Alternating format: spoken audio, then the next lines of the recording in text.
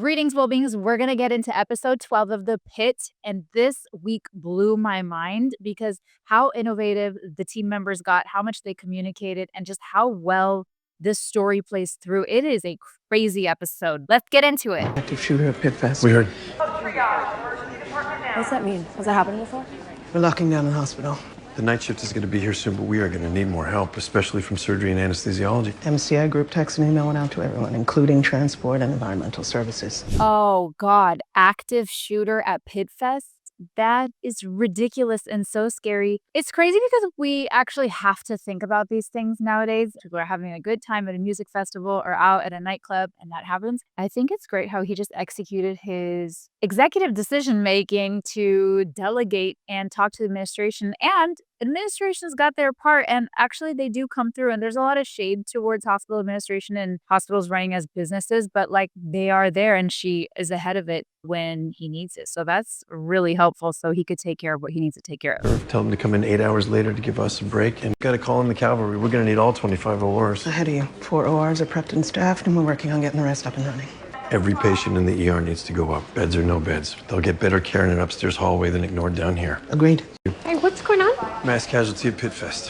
How many victims? We don't know. Expect the worst. Did the police find David? Okay, everybody listen up. Remember David. The reason she's a David is because David's the young man who came in and his mother was worried that he had a list of girls' names that he might have wanted to hurt. So he ignored her question. As the nearest trauma center, we are going to be getting the majority of the victims, but we are instituting hospital-wide emergency protocols. We need to move every patient out of here. They either go home, they go upstairs, or they go to family medicine. Eat something, stay hydrated, use the bathroom while there's time, and meet back here for a full briefing in 5 minutes. This is an example of incredible leadership. It's not the full debrief, but it's like the heads up, this is what's coming next. That's one of my favorite things in facilitation, to talk about what's next. I think those transition phrases and those transition words are so incredible, especially when I'm explaining things to patients. It's like, I have to probably say it like 7 to 10 times for me to really know that they understood what I was saying. But people don't realize that doctors naturally have to be leaders. It's a pretty challenging field if you don't have that level of courage, basically. Please make sure to take all your personal belongings with you. This is stupid. Sorry for any inconvenience, sir, but this is an emergency. This is an emergency room. It's fucking stupid.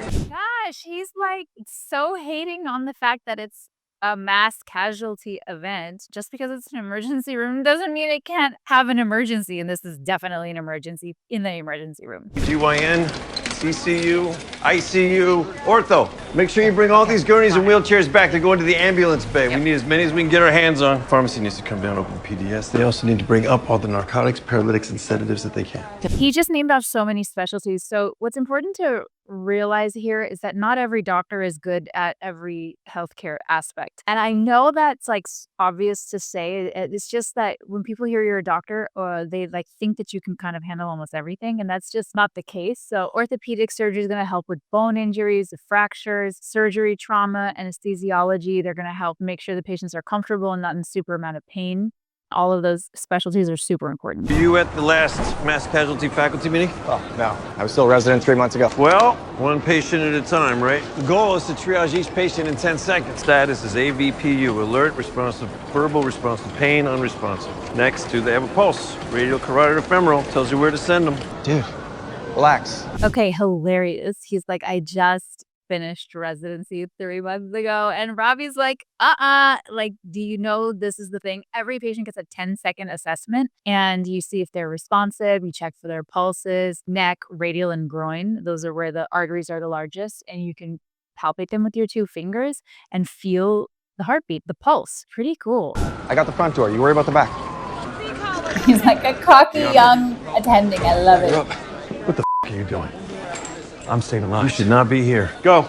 I've got this. Ooh! He came back to help even though he was caught with patients' medications. That puts everyone in a really weird situation. He's risking his whole medical license, his whole training, residency, med school, everything. And not just his, he's actually jeopardizing the attending who knows about the situation, because what is he supposed to do? Pick him up physically and throw him out?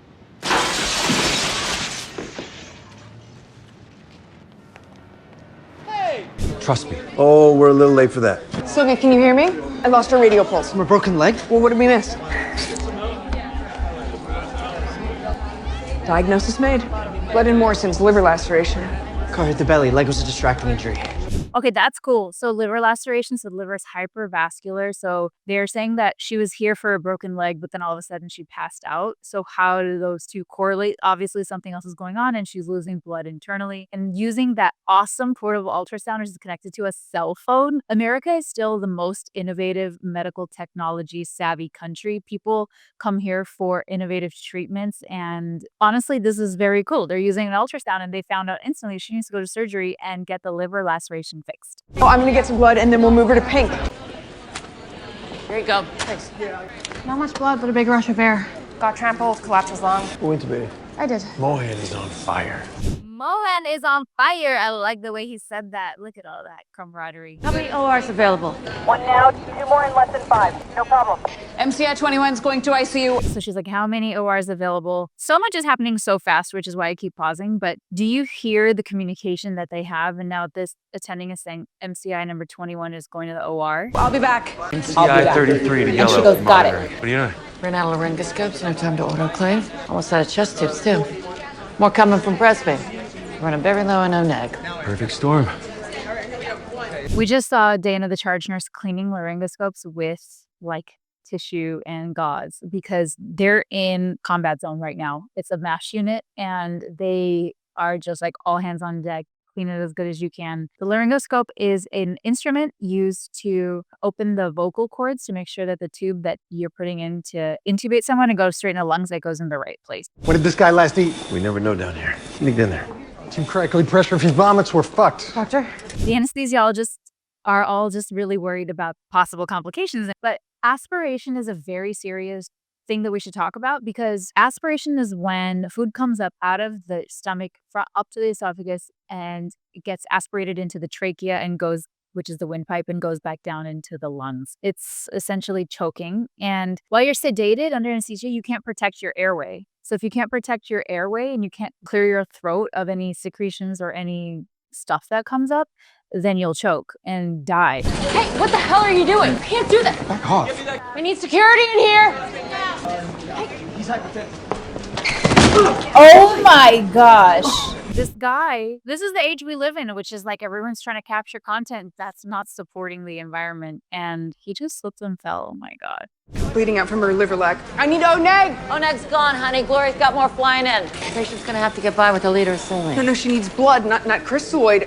Dr. Robbie, we're out of ONEG, but I'm ONEG. Can I donate? It would take hours to screen for HIV and hepatitis. I have neither, and I donate all the time. Ooh, she wants to donate her blood while She's saving all these people's lives. This speaks to the shortage of blood transfusions in America. And it's a really, really wild statistic. Blood shortage, and what it actually means is that ER doctors and surgeons kind of have to ration blood. It's like when we were rationing ventilators in Italy during COVID, like there's just not enough. So it delays organ transplants, cancer treatments because there's low supply of blood. And rare blood types are critically at risk because if they don't have that type of blood, especially in ethnic minorities, then it just don't have that type of blood. Every 2 seconds, someone in the US needs blood. 1 pint of blood can save up to 3 people's lives. Donating blood only takes 1 hour, and O negative is the universal donor blood type, which is constantly at a shortage. And most people can donate blood every 8 weeks. Some people donate plasma and get paid for that. Visit redcrossblood.org to see when you can book time to donate blood. Be the lifeline, be the hero, be the reason someone lives.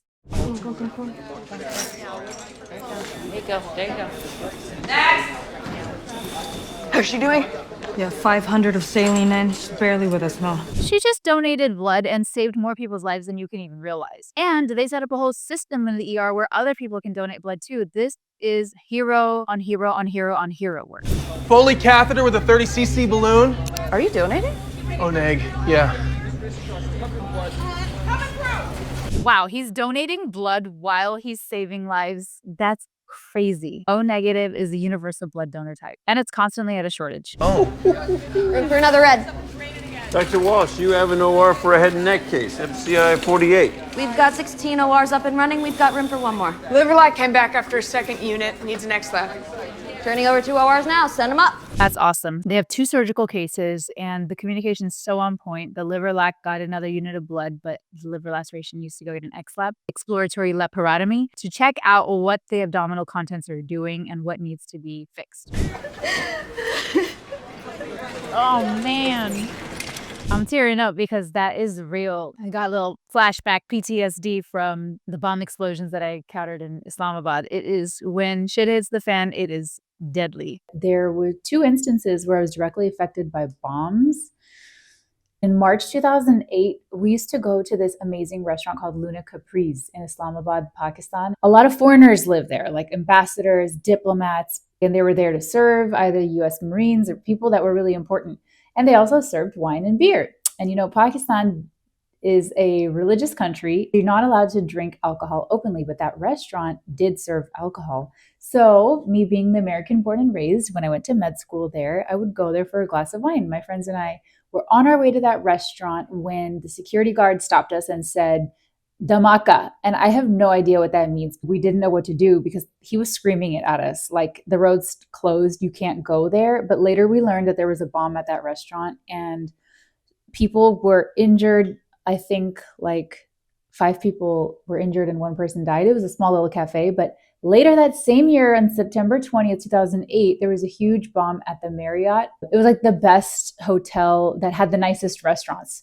But there was a huge, huge explosion where like a truck full of gas explosions exploded right in front of the Marriott and killed several people. Over many hundreds of people were hurt. And I actually went to the hospital after that happened, like right when I heard about it, to go triage and help people that were injured. And they were really, really appreciative because I spoke perfect English. And so they were really happy that an American girl in Pakistan was there helping triage. So I have had a little experience with this, not to this level of extent, but here we go. Are we gonna be safe out here?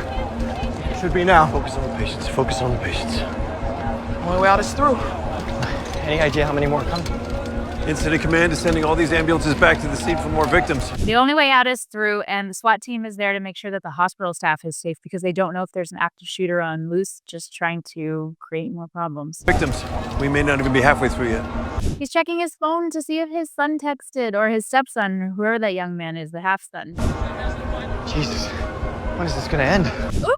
Not even halfway through. Gosh, this is so stressful. Well, that was another episode 12 of The Pit, which was a crazy scene, showed how crazy things can get in the emergency room. Of course, emergency rooms can have emergencies. That's it for today's reaction video to episode number 12. It was real serious and real stressful. I'm so curious to see what your thoughts are on how they handled this mass casualty situation and what you think about the state of gun violence these days. Send me some of your favorite clips so I can respond to those. Let me know your thoughts in the comments below, and in the meantime, check out this video.